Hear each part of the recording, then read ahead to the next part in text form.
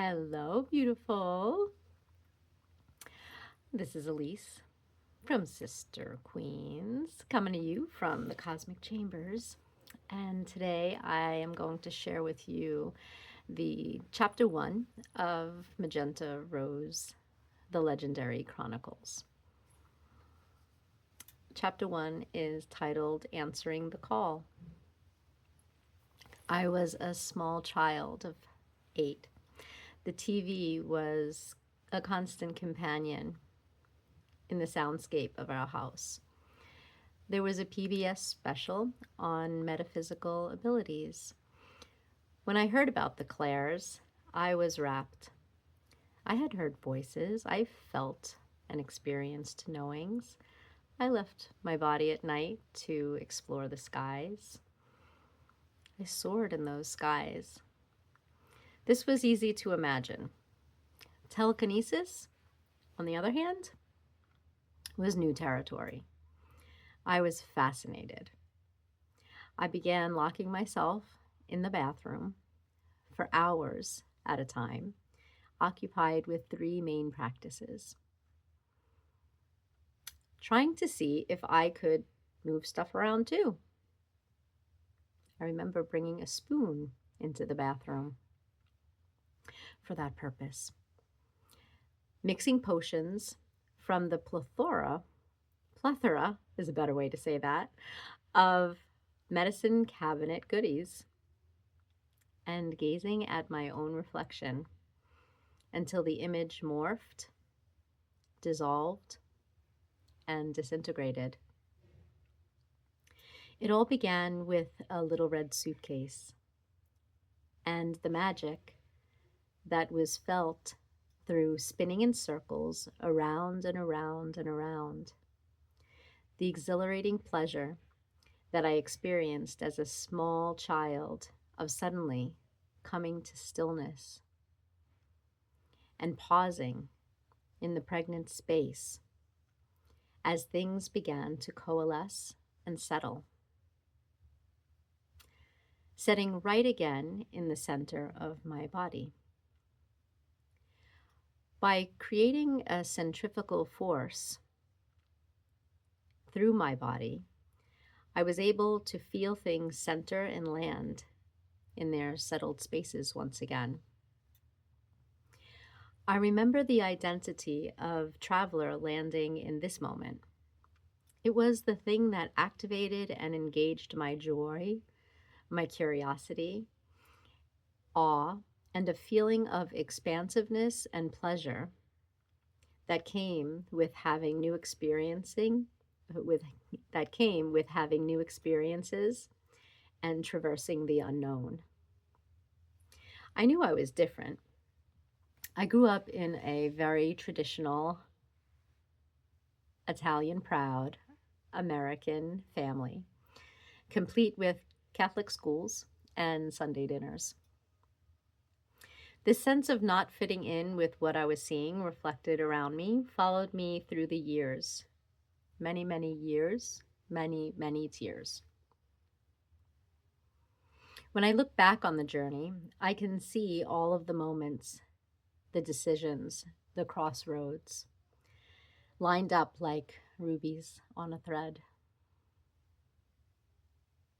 I can pick out all the times I began to, but not quite answer the call. I see now that further life schooling or necessary groundwork had to be laid down before I could really step in and answer the deeper calling that I knew was there.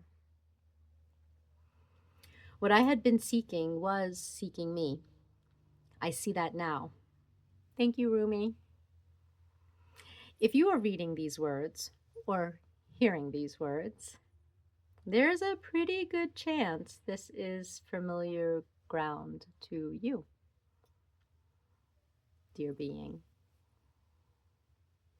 Take a peek back. Recognize and remember your own rubies on a thread. Maybe you already have, and those rubies are pulsating with life force and activation. Wherever you are on your path, stay steady and true to who you know yourself to be and what you are here to do. We need one another.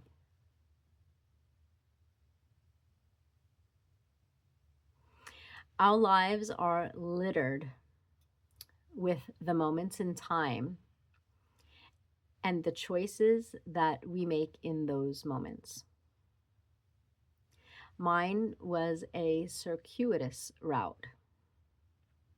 I imagine most are. Yours may be different, but one thing's for sure: your, my, our primary focus becomes the apex, the crux that everything revolves around. Mine was the question: who am I? Who am I? And what is my sole purpose? My grandmother, dear Nanny Rose, alluded to my having a purpose. I was here to do something wonderful. I could not see it through all of the started and stalled and discarded jobs, careers, and hobbies I was stacking up like a stale sandwich bread tower, leaning tower of Pisa vibes for reals. From corporate New York City to flying Cessnas out of LA, I just could not fathom or believe that there was something wonderful or what this wonderment and this wonderfulness could possibly be. By young adulthood, I had traveled extensively. These intuitively focused experiences led to some joy, but let's be real, it was a mix. I always felt that something was missing. These adventures were done solo, and there was something great. There was something really great about that. And equally, I was lonely and not finding connection and community with other travelers. There were many challenges I faced as I traveled solo, from safety to logistics.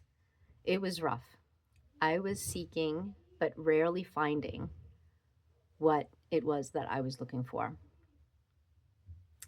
In one of my notebooks, I remember it dawning on me as truth as I wrote, I am a traveling healer.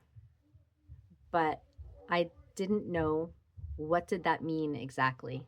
That's what I didn't know.